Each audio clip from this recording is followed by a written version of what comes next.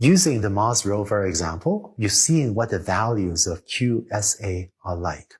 In order to keep honing our intuition about reinforcement learning problems and how the values of QSA change depending on the problem, we've provided an optional lab that lets you play around, modify the Mars rover example, and see for yourself how Q of SA will change. Let's take a look. Here's a Jupyter notebook that I hope you play with after watching this video. I'm going to run these helper functions. Now, notice here that this specifies the number of states, there are 2 actions, so I wouldn't change these. And this specifies the terminal left and the terminal right rewards, which has been 140. And then 0 was the reward of the intermediate states. The discount factor gamma was 0.5, and let's ignore the misstep probability for now. We'll talk about that in a later video. And with these values, if you run this code, this will compute and visualize the optimal policy as well as the Q function, Q of SA. You learn later about how to develop a learning algorithm to estimate or compute Q of SA yourself. So for now, don't worry about what code we had written to compute Q of SA. But you see that the values here, Q of SA, are the values we saw in the lecture. Now, here's where the fun starts. Let's change around some of the values and see how these things change.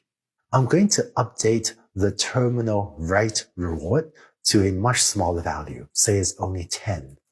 If I now rerun the code, look at how Q of SA changes. It now thinks that if you're in state 5, then if you go left and behave optimally, you get 6.25.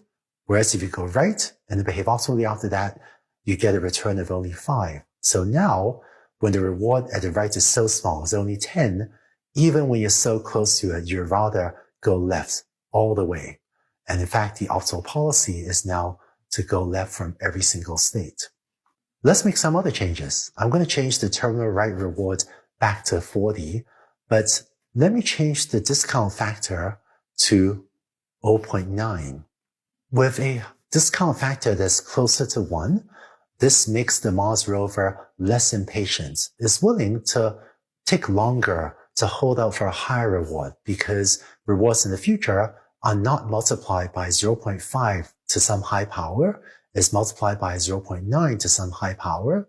And so it's willing to be more patient because rewards in the future are not discounted or multiplied by as small a number as when the discount was 0.5. So let's rerun the code. And now you see this is Q of SA for the different states. And now for state 5, going left actually gives you a higher reward of 65.61 compared to 36. Notice, by the way, that 36 is 0.9 times its terminal reward of 40. So these numbers make sense. But when it's more patient, it's willing to go to the left, even when you're in state 5. Now, let's change gamma to a much smaller number, like 0.3. So this very heavily discounts rewards in the future. This makes it incredibly impatient. So let me rerun this code, and now the behavior has changed. Notice that now in state 4, is not going to have the patience to go for the larger 100 reward because the discount factor gamma is now so small, is 0.3, it would rather go for the reward of 40.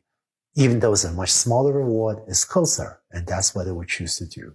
So I hope that you can get a sense by playing around with these numbers yourself and running this code, how the values of Q of SA change, as well as how the optimal return, which you notice is the larger of these two numbers, QSA, how that changes, as well as how the optimal policy also changes.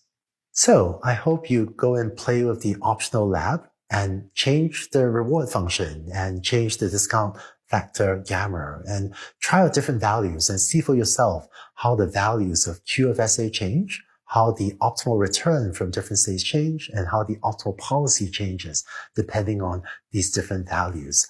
And by doing so, I hope that will sharpen your intuition about how these different quantities are affected depending on the rewards and so on in the reinforcement learning application.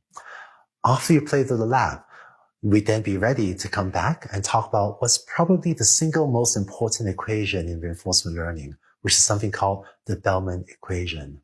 So I hope you have fun playing with the optional lab. And after that, let's come back to talk about Bellman equations.